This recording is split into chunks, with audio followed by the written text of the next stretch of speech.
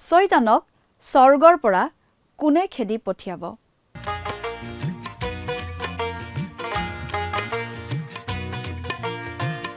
আজিৰে পবিত্ৰ ক্ষণতে উজলি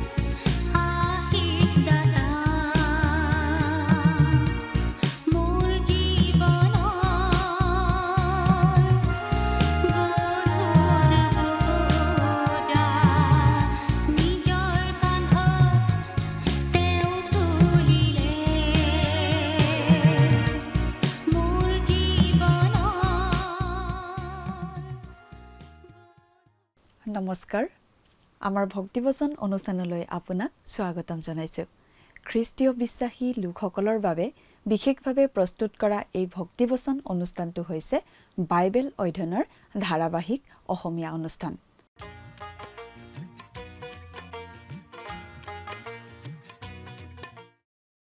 প্ৰিয় দৰ্শক, আপুনি যদি আমাৰ আগৰ অনুষ্ঠানটো শুনিছিল তেনেহলে আপোনাৰ নিশ্চয় মনত আছে যে আমি এতিয়া বাইবেলৰ নতুন নিয়ম খণ্ডৰ প্ৰকাশিত বাক্য নামৰ পুস্তকখন অধ্যয়ন কৰি আছো আৰু যোৱা অনুষ্ঠানত আমি এই প্ৰকাশিত বাক্য পুস্তকৰ 12 নম্বৰ অধ্যায়ৰ 1 নম্বৰ পদৰ পৰা 4 নম্বৰ পদলৈকে পঢ়ি তাৰ ভিত্তিত আগবঢ়োৱা আলোচনা শুনিবলৈ পালো। আজিৰ অনুষ্ঠানত আমি এই প্ৰকাশিত বাক্য পুস্তকখনৰ 12 নম্বৰ অধ্যায়ৰ 5 নম্বৰ পদৰ পৰা 9 নম্বৰ পদলৈকে পঢ়ি তাৰ ভিত্তিত আগবঢ়োৱা আলোচনা শুনিবলৈ পাম। 6 নম্বৰ অধ্যায়ৰ পৰা 18 নম্বৰ অধ্যায়ৰ মূল বিষয়বস্তু হৈছে পৃথিৱীত ঘটিবলগীয়া মহাক্লেশ। এটা এটাকৈ 6টা হিঙা বজোৱা হ'ল আৰু যথাক্ৰমে পৃথিৱীত নানা ধৰণৰ ক্লেশ আৰু সন্তাপ হ'ল। 12 নম্বৰ অধ্যায়ৰ বিষয়বস্তু হৈছে ইছৰাইল আৰু শয়তানৰ মাজৰ চূড়ান্ত সংঘাত। মহাক্লেশৰ সময়ছোৱাত এই সপ্তম হিঙা বজোৱাৰ পাছত 7জন অভিনেতাক আমাৰ লগত চিনাকি কৰাই দিয়া হয় আৰু আমি তেওঁলোকৰ বিষয়ে 12 আৰু 13 নম্বৰ অধ্যায়ত পাওঁ। যদিও সপ্তম হিঙাই আমাক মহাক্লেশ আৰু হেজাৰ বছৰীয়া শাসনৰ মাজেৰে একেবাৰে অনন্তকালৰ দুৱাৰ মুখলৈকে লৈ যায়, তথাপিও বহু বিশদ বিৱৰণ বাদ দিয়া হৈছিল। 12 নম্বৰ অধ্যায়ৰ পৰা আৰম্ভ কৰি মহাক্লেশৰ সময়ছোৱাত প্ৰধান ভূমিকা লোৱা 7জন বিশিষ্ট ব্যক্তিৰ উপস্থাপনৰ যোগেৰে কিছু বিশদ বিৱৰণ আমি পাম। সূৰ্যক পিন্ধা আৰু ভৰিৰ তলত চন্দ্ৰ থকা, মূৰত 12টা তৰা থকা কিৰীটি পিন্ধা মহিলাগৰাকী এগৰাকী প্ৰতীক। মহিলাগৰাকীৰ কথাবোৰ ইছৰাইলৰ সৈতে মিল খায়, কাৰণ ইছৰাইলেই খ্ৰীষ্টক জন্ম দিছিল, যিজন মহিলাগৰাকীৰ সন্তান। 7টা মূৰ আৰু 10টা শিং থকা ৰঙা নাকটোৱে বুজায় শয়তানক। সেই শয়তানে তিৰোতাগৰাকীয়ে প্ৰসৱ কৰিবলৈ ওলোৱা সন্তানটিক গ্ৰাস কৰিবলৈ ৰৈ আছিল। সেই ৰঙা নাকটোৱে তিৰোতাগৰাকীৰ সন্তানটিক ঘৃণা কৰে, কাৰণ আৰম্ভণিৰে পৰাই ভাৱবাণী কৰি থোৱা আছিল যে সেই শিশুটিয়েই শয়তানৰ বিনাশৰ কাৰণ হ'ব। সেই তিৰোতাগৰাকীয়ে এটি পুত্ৰ সন্তান প্ৰসৱ কৰিব আৰু সেই সন্তানটিয়ে লুৰ দণ্ডেৰে গোটেই জগত শাসন কৰিব বুলি কোৱা হৈছে। তিৰোতাগৰাকীৰ সেই পুত্ৰ সন্তানটি যে যীশুখ্ৰীষ্ট, সেইটো আমি স্পষ্টভাৱে বুজি পাওঁ। যেতিয়া খ্ৰীষ্টৰ পুনৰ আগমন হ'ব, তেওঁ পৃথিৱীৰ সকলো শত্ৰুতা, সকলো বিৰোধিতা, সকলো বিদ্ৰোহক নোহোৱা কৰিব। তেওঁ লোহাৰ দণ্ডেৰে কুমাৰৰ মাটিৰ পাত্ৰ ভঙাৰ নিচিনাকৈ বিদ্ৰোহীবোৰক দমন কৰিব। তেওঁ সেইটো কৰিব লগা হ'ব, কাৰণ জগতে তেওঁক গ্ৰহণ নকৰি বিৰোধিতাহে কৰিব। প্ৰিয় দৰ্শক, কথাবোৰ অধিক বহলাই চাবলৈ আহকচোন। এতিয়া আমি মূল আলোচনাটোৰ মাজলৈ আগবাঢ়ি যাওঁ। প্ৰিয় শ্ৰোতা, আপুনি যদি আমাৰ এই ভক্তিবচন অনুষ্ঠান নিয়মিতভাৱে শুনি আছে, তেনেহ'লে আপুনি জানে যে আমি আজি কিছুদিনৰ পৰা বাইবেলৰ একেবাৰে শেষৰখন পুস্তক অৰ্থাৎ যোহনৰ প্ৰতি প্ৰকাশিত বাক্য নামৰ পুস্তকখন অধ্যয়ন কৰি আছোঁ। যোৱা অনুষ্ঠানত আমি এই প্ৰকাশিত বাক্য পুস্তকৰ 12 নম্বৰ অধ্যায়ৰ 4 নম্বৰ পদলৈকে পঢ়ি আমাৰ আলোচনা আগবঢ়াইছিলোঁ। আমি পাইছিলোঁ এগৰাকী তিৰোতাৰ কথা, আৰু সেই তিৰোতাই ইছৰাইল জাতিক বুজায় বুলি আমি উল্লেখ কৰিছিলোঁ। সেই তিৰোতাৰ সন্তান হৈছে যীশুখ্ৰীষ্ট, কাৰণ প্ৰভু যীশুখ্ৰীষ্ট এই ইছৰাইল জাতিৰ লোক হিচাপেই জন্মগ্ৰহণ কৰিছিল। আমি পাইছিলোঁ এটা ৰঙা বৰ নাগৰ কথা। সেই নাগ মানে শয়তান। সেই নাগে তিৰোতাগৰাকীৰ সন্তানক বিনষ্ট কৰিবলৈ চেক চাই থকা বুলি আমি পাইছিলোঁ। আজি আমি এই প্ৰকাশিত বাক্য পুস্তকৰ 12 নম্বৰ অধ্যায়ৰ 5 নম্বৰ পদৰ পৰা আমাৰ আলোচনা আৰম্ভ কৰিম। আপুনি আপোনাৰ বাইবেলখন মেলি লৈছেনে বাৰু? এতিয়া আমি বাইবেলৰ পৰা পাঠ কৰি দিব খুজিছোঁ। 12 নম্বৰ অধ্যায় 5 আৰু 6 নম্বৰ পদ। ইয়াত এনেদৰে লিখা আছে, পাছে সেই তিৰোতাই এটি পুত্ৰ সন্তান প্ৰসৱ কৰিলে। তেওঁ লোহাৰ দণ্ডেৰে সকলো জাতিক শাসন কৰিব। সেই পুত্ৰক ঈশ্বৰৰ আৰু তেওঁৰ সিংহাসনৰ ওচৰলৈ তুলি নিয়া হ'ল। আৰু সেই তিৰোতা 1203 দিনলৈকে প্ৰতিপালিত হ'বৰ কাৰণে যি অৰণ্যত ঈশ্বৰৰ দ্বাৰাই যুগুত কৰি থোৱা তেওঁৰ ঠাই আছে, সেই অৰণ্যলৈ পলাই গ'ল। সেই পুত্ৰ সন্তান মানে যীশুখ্ৰীষ্ট। তেওঁক ইয়াত চিনি পাবলৈ আমাৰ অসুবিধা নহয়। কিছুমান লোকে এই পুত্ৰ সন্তান মানে খ্ৰীষ্টীয় মণ্ডলী বুলি ক'ব খোজে। কিন্তু আমি বুজাত আচলতে একো অসুবিধা নহয় যে এই পুত্ৰ সন্তান আচলতে যীশুখ্ৰীষ্ট। তেওঁ লোহাৰ দণ্ডেৰে সকলো জাতিক শাসন কৰিব। ইয়াত একেবাৰে স্পষ্টভাৱে প্ৰভু যীশুখ্ৰীষ্টৰ কথা কোৱা হৈছে। আমি বাইবেলত এনেদৰেই পঢ়িবলৈ পাওঁ, গীতমালা 2 নম্বৰ গীতৰ 9 নম্বৰ পদত তাত প্ৰভু যীশুৱে লোহাৰ দণ্ডেৰে শাসন কৰাৰ কথা কোৱা হৈছে। আকৌ পাচনি কৰ্ম পুস্তকত 4 নম্বৰ অধ্যায়ত আমি পাওঁ যে দুখ ক্লেশ তাৰণাৰ সন্মুখীন হোৱা খ্ৰীষ্টীয় মণ্ডলীয়ে গীতমালা 2 নম্বৰ গীতত লোহাৰ দণ্ডেৰে শাসন কৰিব বুলি কোৱা জনা প্ৰভু যীশুখ্ৰীষ্টই বুলি চিনি পাইছিল আৰু সেই বুলিয়েই ঘোষণা কৰিছিল। খ্ৰীষ্ট আহিব সকলো শত্ৰুতা, সকলো বিৰোধ, সকলো বিদ্ৰোহ এই পৃথিৱীৰ বুকুৰ পৰা নোহোৱা কৰিবলৈ। তেওঁ এই কামটো কেনেকৈ কৰিব? তেওঁ সেই সকলোবোৰ লোহাৰ দণ্ডেৰে ভাঙি পেলাব। কুমাৰৰ মাটিৰ পাত্ৰ যেনেকৈ লোহাৰ দণ্ডেৰে কোবালে খণ্ড বিখণ্ড কৰি ভাঙি যায়, ঠিক তেনেকৈ মানুহে নিজৰ প্ৰচেষ্টাৰে পৃথিৱীত শান্তি স্থাপন কৰিব পৰা হ'লে এনেদৰে চৰম পন্থাৰে বিদ্ৰোহ দমন কৰিব লগা অৱস্থা নহ'লহেঁতেন। কিন্তু এই সকলো বিনষ্ট কৰাৰ আন উপায়ো নাই। এনে এখন বিদ্ৰোহী মনোভাৱৰ জগতলৈ প্ৰভু যীশুনো কেনেকৈ ক্ষমতালৈ আহিব? প্ৰিয় শ্ৰোতা, এই জগতখন আচলতে ঈশ্বৰ বিৰোধী। জগতখনে খ্ৰীষ্টৰ প্ৰতি বিদ্ৰোহে প্ৰদৰ্শন কৰি আহিছে। আপুনি নিশ্চয় শান্তিপ্ৰিয় লোক। হত্যা, সংঘৰ্ষ, ৰক্তপাত আদি আপুনি অলপো ভাল নাপায়। যুদ্ধ বিগ্ৰহ ভাল নাপায়। আমিও ভাল নাপাওঁ। কিন্তু একমাত্ৰ এই উপায়েৰেই বিদ্ৰোহ দমন কৰা যাব। প্ৰভু যীশুখ্ৰীষ্টই এনেদৰে বিদ্ৰোহ দমন কৰিবহি কঠোৰ হাতেৰে আৰু পৃথিৱীত তেওঁৰ শাসন চলাবহি। সেই পুত্ৰক ঈশ্বৰৰ আৰু তেওঁৰ সিংহাসনৰ ওচৰলৈ তুলি নিয়া হ'ল। ইয়াত খ্ৰীষ্টৰ স্বৰ্গাৰোহণৰ কথাটো কোৱা হৈছে।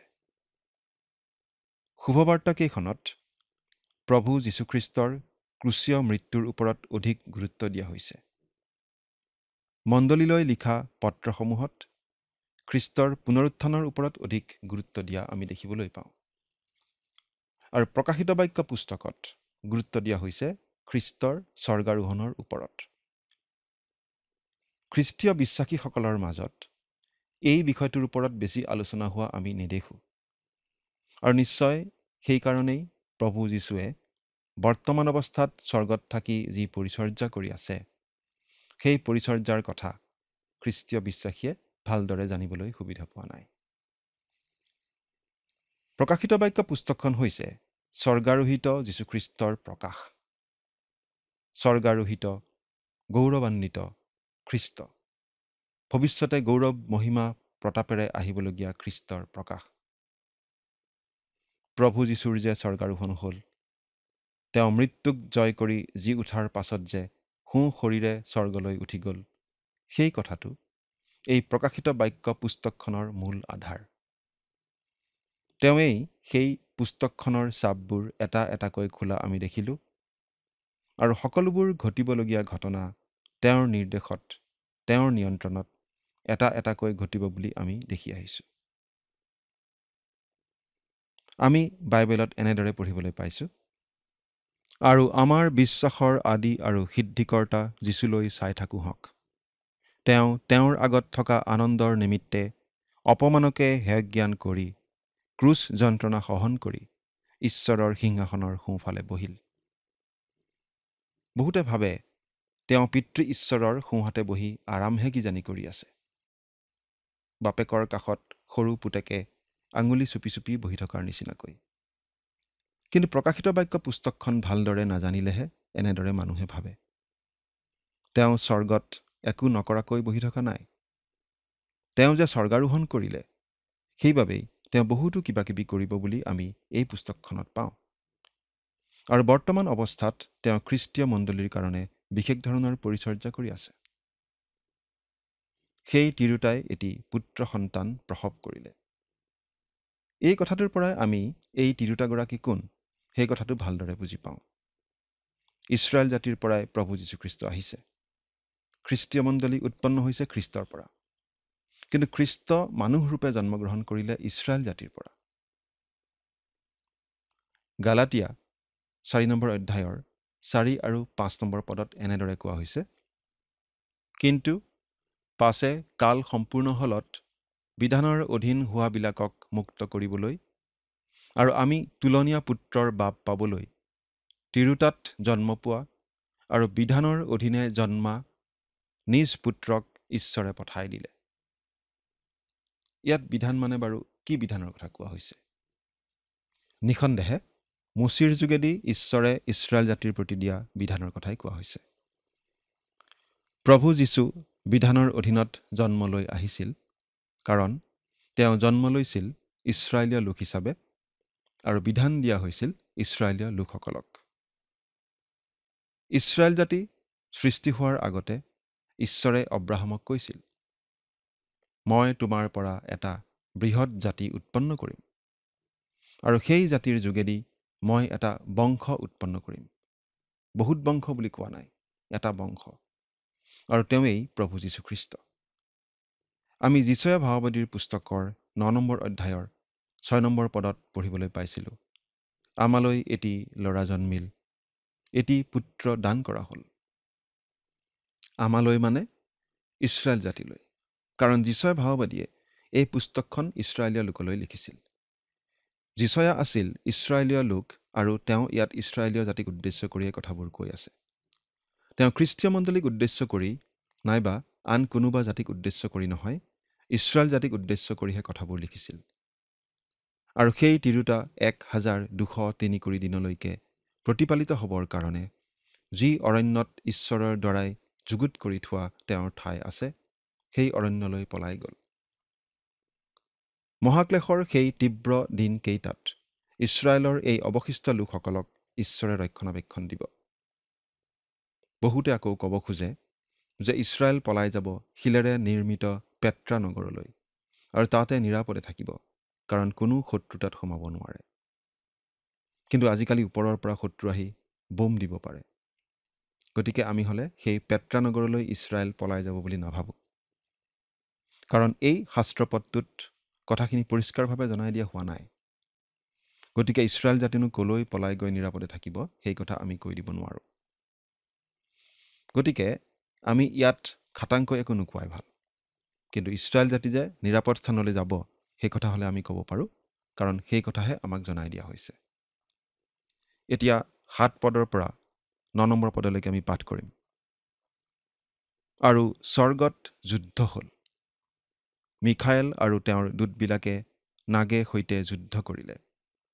সেই নাগ আৰু তাৰ দূতবিলাকেও যুদ্ধ কৰিলে, কিন্তু বলে নোৱাৰিলে, আৰু স্বৰ্গত তেওঁবিলাকৰ উদ্দেশ্যে ঠাই আৰু পোৱা নগ'ল। সেই মহানাগক অৰ্থাৎ দিয়াবল আৰু ছয়তান নামেৰে বিখ্যাত হোৱা যি পুৰণি সাপে গোটেই জগতৰ ভ্ৰান্তি জন্মাই তাক পৃথিৱীলৈ পেলোৱা হ'ল, আৰু তাৰ দূতবিলাককো তাৰ লগতে পেলোৱা হ'ল। ইয়াত আমাক এটা অতি চমৎকাৰী কথা জনাই দিয়া হৈছে যে স্বৰ্গত যুদ্ধ হ'ল। পৃথিৱীত যুদ্ধ বিগ্ৰহ আজিলৈকে কোনেও বন্ধ কৰিব পৰা নাই। মানুহে অৱশ্যে যুদ্ধ বিগ্ৰহ বন্ধ হোৱাটো বিচাৰে, কিন্তু স্বৰ্গত যুদ্ধ হোৱাৰ কথাটো আমাৰ কল্পনা কৰিবলৈকে টান লাগে। কিন্তু তেতিয়াও ছয়তানে স্বৰ্গত প্ৰৱেশ কৰি থকাৰ সুবিধা পাই থাকিব, আৰু যেতিয়ালৈকে সেই সুবিধা পাই থাকিব তেতিয়ালৈকে সমস্যা। আমাক ইয়োবৰ পুস্তকত এই বুলি জনোৱা হৈছে যে ছয়তানে ঈশ্বৰৰ সন্মুখলৈ আহিছিল ঈশ্বৰৰ সন্তানবিলাকৰ সৈতে। দেখাত এনেকুৱা লাগে ঈশ্বৰৰ সন্তানবিলাকৰ নিচিনাকৈ প্ৰৱেশাধিকাৰ ছয়তানৰো আছিল। আচলতে ছয়তানক সৰ্বশ্ৰেষ্ঠ সৃষ্টি হিচাপে সৃষ্টি কৰা হৈছিল। আমি জকৰীয়া পুস্তকৰ 3 নম্বৰ অধ্যায়ৰ 1 আৰু 2 পদত এনেদৰে পঢ়িবলৈ পাওঁ। পাছে জিহুৱাৰ দূতজনৰ আগত প্ৰধান পুৰোহিত যিহুচুৱা থিয় হৈ থকা, আৰু তেওঁৰ অহিতে শত্ৰুতা দেখুৱাবৰ নিমিত্তে তেওঁৰ সোঁহাতে ছয়তান থিয় হৈ থকা তেওঁ মোক দেখুৱালে। তেতিয়া জিহুৱাই ছয়তানক ক'লে, হে ছয়তান, জিহুৱাই তোমাক ধমকি দিয়ক। এনেকি জেৰুচালেম মনোনীত কৰা জিহুৱাই তোমাক ধমকি দিয়ক।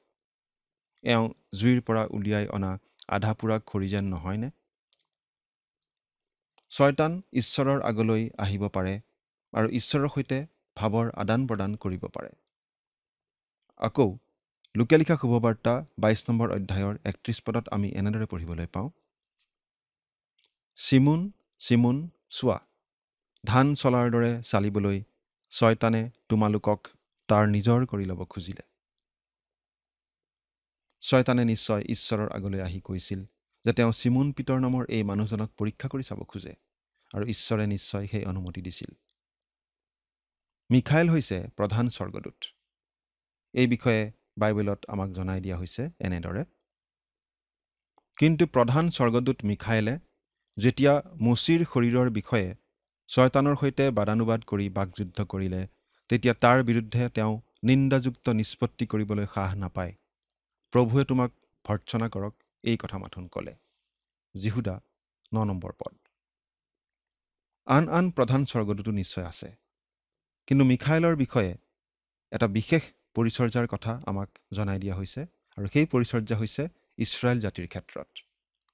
আমি দানিয়েল পুস্তকৰ 10 নম্বৰ অধ্যায়ৰ 13 নম্বৰ পদত এনেদৰে পঢ়িবলৈ পাওঁ, কিন্তু পাৰস্য ৰজাৰ ৰক্ষক দূত 21 দিনলৈকে মোৰ অহিতে থিয় হৈ আছিল। পাছে চোৱা, প্ৰধান ৰক্ষক দূতবিলাকৰ মাজৰ মিখাইল নামেৰে এজনে মোক সহায় কৰিবলৈ আহিল। তাতে মই সেই ঠাইত পাৰস্যৰ ৰজাবিলাকৰ গুৰিত থাকিবৰ আৱশ্যক নহ'ল। অৰ্থাৎ মিখাইল হৈছে প্ৰধান স্বৰ্গদূতবিলাকৰ মাজৰ এজন। যদিও আন আন প্ৰধান স্বৰ্গদূতো নিশ্চয় থাকিব পাৰে, আমাক কিন্তু মিখাইল আৰু গাব্ৰিয়েল এই দুজনৰ নামহে শাস্ত্ৰত দিয়া হৈছে। আমি আকৌ দানিয়েল ভাৱবাদীৰ পুস্তকৰেই 10 নম্বৰ অধ্যায়ৰ 21 নম্বৰ পদত এনেদৰে পঢ়িবলৈ পাওঁ, সেয়ে যি হওক, সত্যৰ পুস্তকত যি লিখা আছে তাক মই তোমাক জনাওঁ। তেওঁবিলাকৰ অহিতে মোক সহায় কৰিবলৈ তোমালোকৰ ৰক্ষক দূত মিখাইলৰ বাহিৰে আৰু কোনো নাই। তোমালোকৰ ৰক্ষক দূত মিখাইল, অৰ্থাৎ মিখাইল ইছৰাইল জাতিৰ ৰক্ষক দূত। এই কথা দানিয়েল পুস্তকৰেই 12 নম্বৰ অধ্যায়ৰ 1ম পদত আৰু স্পষ্ট হৈছে। সেই সময়ত ক্লেশ হ'ব। মিখাইলে আহি ছয়তানক স্বৰ্গৰ পৰা খেদি পঠিয়াব, কাৰণ তেওঁ ইছৰাইল জাতিৰ ৰক্ষক। ভয়ানক যুদ্ধ হ'ব। ছয়তানে সহজে হাৰ নামানিব, কিন্তু মিখাইলৰ জয় হ'ব, আৰু ছয়তান আৰু লগৰীয়া দূতবিলাকক পৰাস্ত কৰি স্বৰ্গৰ পৰা খেদি পঠিওৱা হ'ব। এই কথাটোকে প্ৰভু যীশুৱে এনেদৰে কৈ থৈছিল। তেওঁবিলাকক ক'লে, স্বৰ্গৰ পৰা বিজুলীৰ নিচিনাকৈ মই ছয়তানক পৰা দেখিলোঁ। লোকে লিখা শুভবাৰ্তা 10 নম্বৰ অধ্যায়ৰ 18 নম্বৰ পদ। ছয়তানৰ বিষয়ে এই প্ৰকাশিত বাক্য পুস্তকত ঈশ্বৰে স্পষ্টভাৱে আমাক জনাই দিছে, যাতে আমাৰ ভুল নহয়। ছয়তান দেখাত স্বৰ্গদূতৰ নিচিনা হ'ব পাৰে, কিন্তু আচল চৰিত্ৰটো আমাক ইয়াত জনাই দিয়া হৈছে। ছয়তানক কোৱা হৈছে পুৰণি সাপ বুলি। এই কথাই আমাক এডেন বাৰীৰ কথা মনত পেলাই দিয়ে। ছয়তানে সৰ্পৰ বেশেৰে মানুহক ভুলাইছিল। প্ৰভু যীশুৱে ছয়তানক আদিৰে পৰাই মিছলীয়া বুলি কৈছে। এই কথা আমি পঢ়িবলৈ পাওঁ যোহনে লিখা শুভবাৰ্তা 8 নম্বৰ অধ্যায়ৰ 44 নম্বৰ পদত। ছয়তান পুৰণি সাপ, এডেন বাৰীৰ দিনৰ পৰাই। দ্বিতীয়তে, ছয়তানক কোৱা হৈছে ডিয়াবল বা ইংৰাজীত ডেভিল বুলি। অৰ্থ হৈছে অপবাদ দিওঁতা। আকৌ 10 নম্বৰ পদত ছয়তানক আমাৰ ভাইবিলাকৰ অপবাদক বোলা হৈছে। কিন্তু ছয়তানে অপবাদ দিলেও স্বৰ্গত আমাৰ এজন উকিল আছে, আমাৰ হকে নিবেদন কৰোতা এজন আছে, আৰু তেওঁ হৈছে প্ৰভু যীশুখ্ৰীষ্ট। তেওঁ আমাৰ পক্ষে, আমাৰ হৈ পিতৃ ঈশ্বৰৰ আগত উত্তৰ দিয়ে। তৃতীয়তে, ছয়তান হৈছে ছয়তান অৰ্থাৎ শত্ৰু।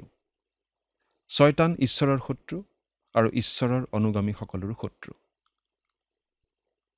চতুৰ্থতে, ছয়তানক কোৱা হৈছে গোটেই জগতখনকে প্ৰবঞ্চনা কৰোতা বুলি। মহাক্লেশৰ সময়ছোৱাত ছয়তানে জগতৰ মানুহক সম্পূৰ্ণৰূপে প্ৰবঞ্চনা কৰি ঠগাব। মানুহৰ চকু অন্ধ কৰি ৰাখিব, যাতে মানুহে যীশুখ্ৰীষ্টক চিনি পাব নোৱাৰে। প্ৰিয় শ্ৰোতা, এই ছয়তানক এদিন স্বৰ্গৰ পৰা খেদি দিয়া হ'ব।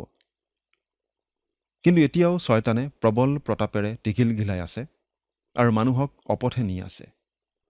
একমাত্ৰ প্ৰভু যীশুত আশ্ৰয় লৈহে আমি শয়তানৰ আক্ৰমণৰ পৰা বাচি থাকিব পাৰোঁ। আপুনি বাৰু প্ৰভু যীশুত থিৰে আছেনে? চিন্তা কৰি চাওকচোন। ঈশ্বৰে আপোনাক আশীৰ্বাদ কৰক। আমেন।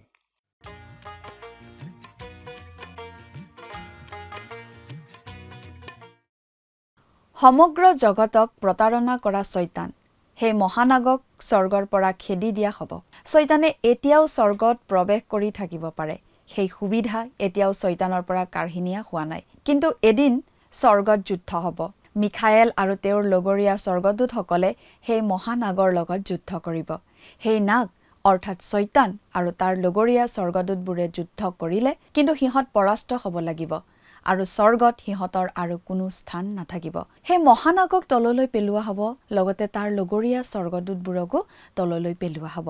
তীব্ৰ সংগ্ৰাম হ'ব, যুদ্ধ হ'ব। শয়তানে সহজে অৱসৰ ল'ব নোখোজে, কিন্তু মিখায়েল আৰু তেওঁৰ লগৰীয়া স্বৰ্গদূতসকলেই জয়ী হ'ব আৰু শয়তান আৰু তাৰ লগৰীয়া স্বৰ্গদূতবোৰক স্বৰ্গৰ পৰা নিক্ষেপ কৰা হ'ব। প্ৰিয় দৰ্শক, আজিলৈ আমাৰ অনুষ্ঠানটো ইমানতে সামৰণি মাৰিব খুজিছোঁ। পৰৱৰ্তী অনুষ্ঠানত আপোনালোকক পুনৰ লগ পোৱাৰ আশা ৰাখিছোঁ। সামৰণিতে আহক খন্তেক প্ৰাৰ্থনাত মূৰ দুৱাওঁ। স্বৰ্গত থকা অতি মৰমীয়াল দয়ালু পিতৃ ঈশ্বৰ, ধন্য হওক প্ৰভু তোমাৰ নাম। তোমাৰ আশীৰ্বাদ, তোমাৰ অনুগ্ৰহ প্ৰতিজন দৰ্শকৰ ওপৰত আছে বুলি বিশ্বাস ৰাখোঁ। আৰু বিশেষকৈ পিতৃ, মই প্ৰাৰ্থনা কৰিছোঁ তেওঁলোকৰ বাবে। প্ৰভু, তেওঁলোকৰ যদি কিবা অভাৱ অভিযোগবিলাক আছে, যদি কিবা সমস্যা আছে, সকলোবোৰ প্ৰভু তুমি দূৰ কৰিবা আৰু তেওঁলোকে যাতে সম্পূৰ্ণ তোমাতেই আস্থা ৰাখি যাতে চলিব পাৰিব, তেনে প্ৰভু তোমাৰ পৰা সহায় বিচাৰিছোঁ। এই সকলো যাচনা মহান ত্ৰাণকৰ্তা প্ৰভু যীশু খ্ৰীষ্টৰ নামত অৰ্পণ কৰিলোঁ। আমেন। প্ৰিয় দৰ্শক, যোৱা অনুষ্ঠানৰ প্ৰশ্নটোৰ শুদ্ধ উত্তৰটো হৈছে এনচাৰ অপশ্যন ডি, শয়তান। আজিৰ অনুষ্ঠানৰ ওপৰত আধাৰিত প্ৰশ্নটো হৈছে মিখায়েল কাৰ ৰক্ষক দূত? অপশ্যন এ পৰজাতিৰ, অপশ্যন বি স্বৰ্গদূতসকলৰ, অপশ্যন চি ইছৰাইল জাতিৰ, অপশ্যন ডি মানৱ জাতিৰ। প্ৰিয় দৰ্শক, আজিৰ প্ৰশ্নৰ সঠিক উত্তৰটো আজি সন্ধিয়া 6 বজাৰ আগেয়ে আপোনাৰ নাম আৰু সম্পূৰ্ণ ঠিকনাৰে সৈতে আমালৈ 7429840242 নম্বৰত SMS নাইবা হোৱাটছআপ যোগে প্ৰেৰণ কৰক। প্ৰিয় দৰ্শক, আপুনি যদি আমাৰ এই অনুষ্ঠানৰ যোগেদি আশীৰ্বাদপ্ৰাপ্ত হৈছে আৰু আমাৰ লগত কথা পাতিবলৈ বিচাৰিছে বা আপোনাক প্ৰাৰ্থনাৰ সহায়ো পৰামৰ্শ লাগে, তেন্তে আমালৈ 7429840242 এই নম্বৰত পোনপটীয়াকৈ ফোন কৰিব পাৰিব। ধন্যবাদ।